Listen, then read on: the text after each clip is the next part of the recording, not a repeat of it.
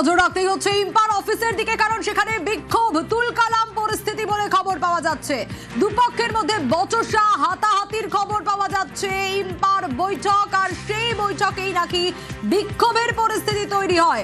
ইম্পার অফিসে বিক্ষোভ তুলকালাম, কিন্তু কেন এই পরিস্থিতি, কি কারণ জানার চেষ্টা করব। তবে তার আগে আরো একবার জানাই আপনাদের, ইম্পার অফিস যে ছবি আপনাদের দেখাচ্ছি দেখুন।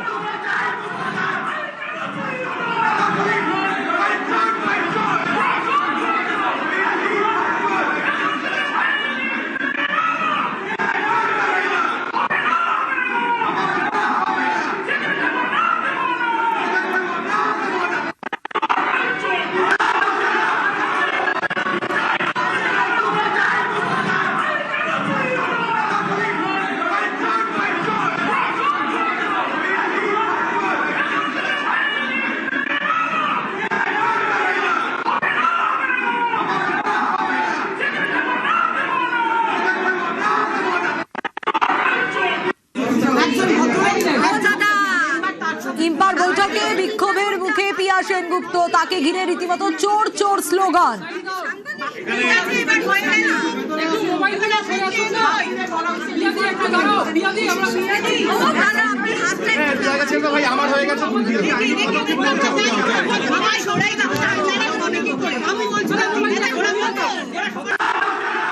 সান্নিক রয়েছে আমার সঙ্গে, একটু জানার চেষ্টা করি কেন এরকম একটা পরিস্থিতি তৈরি হলো।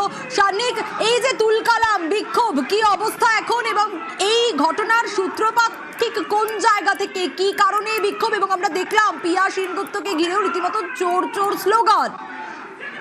সোনিয়া, রাজ্য বিধানসভা নির্বাচনের ফল প্রকাশের পর থেকেই আমরা দেখেছি eastern India motion pictures association বা ইম্পা, যার সভাপতি পদে আমরা পিয়া সেনগুপ্তকে দেখে এসেছিলাম। 2025 সালে সেপ্টেম্বর মাসের শেষ নির্বাচন হয়, সেই নির্বাচনে তিনি এখানকার সভাপতি নির্বাচিত হয়েছিলেন। এবং সেই নির্বাচন পরবর্তী সময়ে যখন আমরা দেখলাম রাজ্যের পালাবদল ঘটলো, সেক্ষেত্রে পিয়া সেনগুপ্তর বিরুদ্ধে এখানকার যারা মেম্বাররা তারা বারংবার মুখ খুলতে শুরু করেন। তারাও এখানে তার যে প্রভাব, সেই প্রভাবের বিষয়ে তারা মুখ খোলেন এবং তার বিরুদ্ধে তাকে তার পদ থেকে সরে দেওয়ার জন্য বারংবার দাবি ওঠে। সেই নিয়েই একের পর এক বৈঠক, এবং সেই বৈঠকগুলিতে তুলকালাম পরিস্থিতি। আজকের বিকেলবেলায় যে বৈঠক ইম্পার দপ্তরে ডাকা হয়েছিল, সেইখানেও যারা সদস্যরা তাদের একাংশ নো কনফিডেন্স মোশন আনার চেষ্টা করেন, এবং তাকে ঘিরেই পিয়া সেনগুপ্ত সহ যারা তার বিরুদ্ধে যারা নো কনফিডেন্স মোশন আনছেন তাদের মধ্যে একেবারে ধুন্ধুমার পরিস্থিতি তৈরি হয়। যে ছবি আমরা দেখতে পেলাম এখানে কিন্তু তাকে ঘিরে ফাইল চোর, তাকে ঘিরে চোর চোর স্লোগানও এখান থেকে আমরা উঠতে দেখেছি।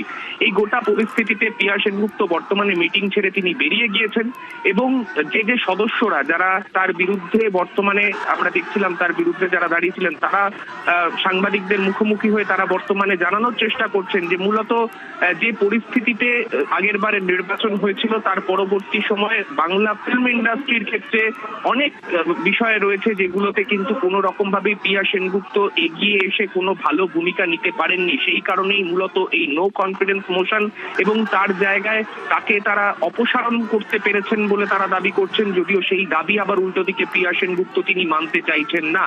তিনি বলছেন এই বৈঠক যে সময় নো কনফিডেন্স মোশন আনা হয়েছিল, তার আগে তিনি যেহেতু প্রেসিডেন্ট, তার আগেই তিনি একজন করে দিয়েছিলেন, এবং সেই কারণে পুরো বিষয়টাই অবৈধ। এই নিয়ে কিন্তু দুপক্ষের মধ্যে একেবারে তুলকালাম পরিস্থিতি, এবং এই অফিসে ধর্মতলা সংলগ্ন এই অফিস ইম্পার অফিস, সেখানে কিন্তু আজকে তুলকালাম পরিস্থিতি তৈরি হলো, এবং সেই ছবি এখনো পর্যন্ত উত্তেজনার আঁচ রেখেছে ইম্পার অফিসে। সোনিয়া, বেশ, অবশ্যই নজর থাকবে।